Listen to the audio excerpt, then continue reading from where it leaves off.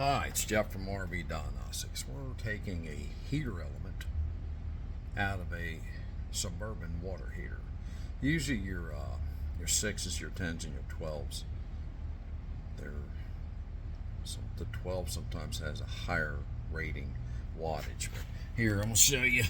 I took it out, but I'm just show you. It's started getting corroded, and remember there's a gasket here, right? And you can see it, one of the screws had, right there, one of the screws, you can see it had rust on it and a burn mark right there, and right there, see all the rust on there. Anyway, so the gasket is down in there. Ready? You got to make sure you take that out. Kind of like commonality with anything that has a round gasket, like oil filters, fuel filters. If you leave that gasket on there, it's called double stacking, you could have a leak. Well, not have, you will have a leak. There you go. What I used was this big nut here, this hex nut right here, this big thing, was 1.5 inches. All right, and I have a box labeled water heater tool, so it covers different ones. All right, that's 1.5 inches you can get, but what I do is I have the luxury of having a 1/2 inch impact, so I bip it. I don't go wah, I go bip bip bip, and it brings it loose. Only one time in my life did I have I think it was an aluminum tank, which would be an Atwood.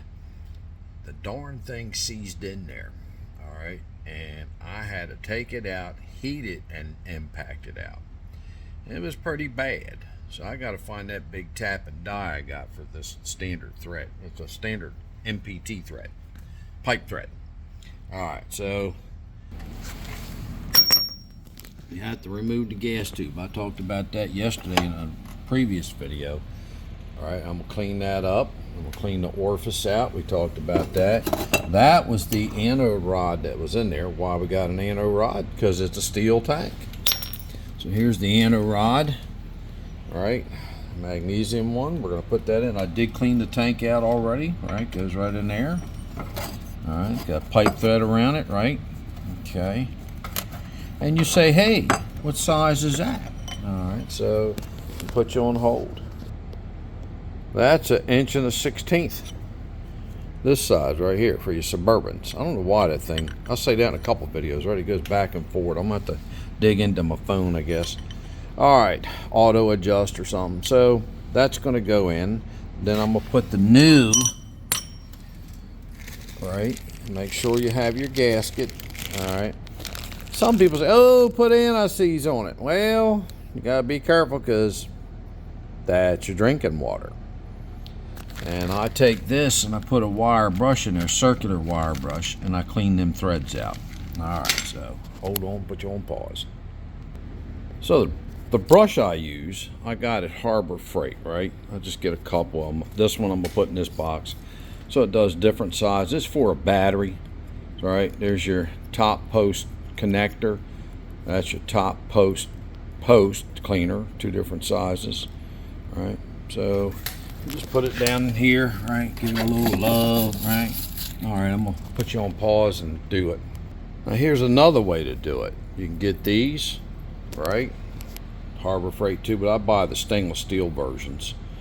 And I think my whole box of these was like 60 some different ones. It was $200, but they're good. They got different lengths and all that.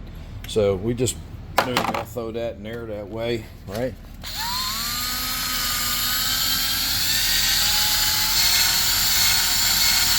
And I just clean them up real good and reverse it, right?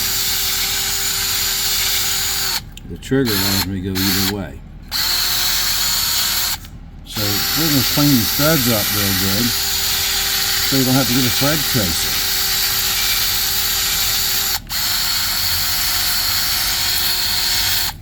All right. You know the next step, right? Components in, I'm going to put these wires on, right? And you got to remember when you're doing it, if you look at it, it has a place to stop the wire right here from moving around, all right? That was pretty rusted, wasn't it? All right, so there's your 120 volt. All right, sometimes it tells you amps. 1440 watts, okay? All right, thank you very much, Jeff from RV Diagnostics. The video before this actually showed you the amp draw and all right, but it wasn't still heating up quick enough for me. All right, I really flushed it out good. So just because it ohms out good doesn't mean it isn't covered in a bunch of stuff. Like, where'd that anode rod go? There you go.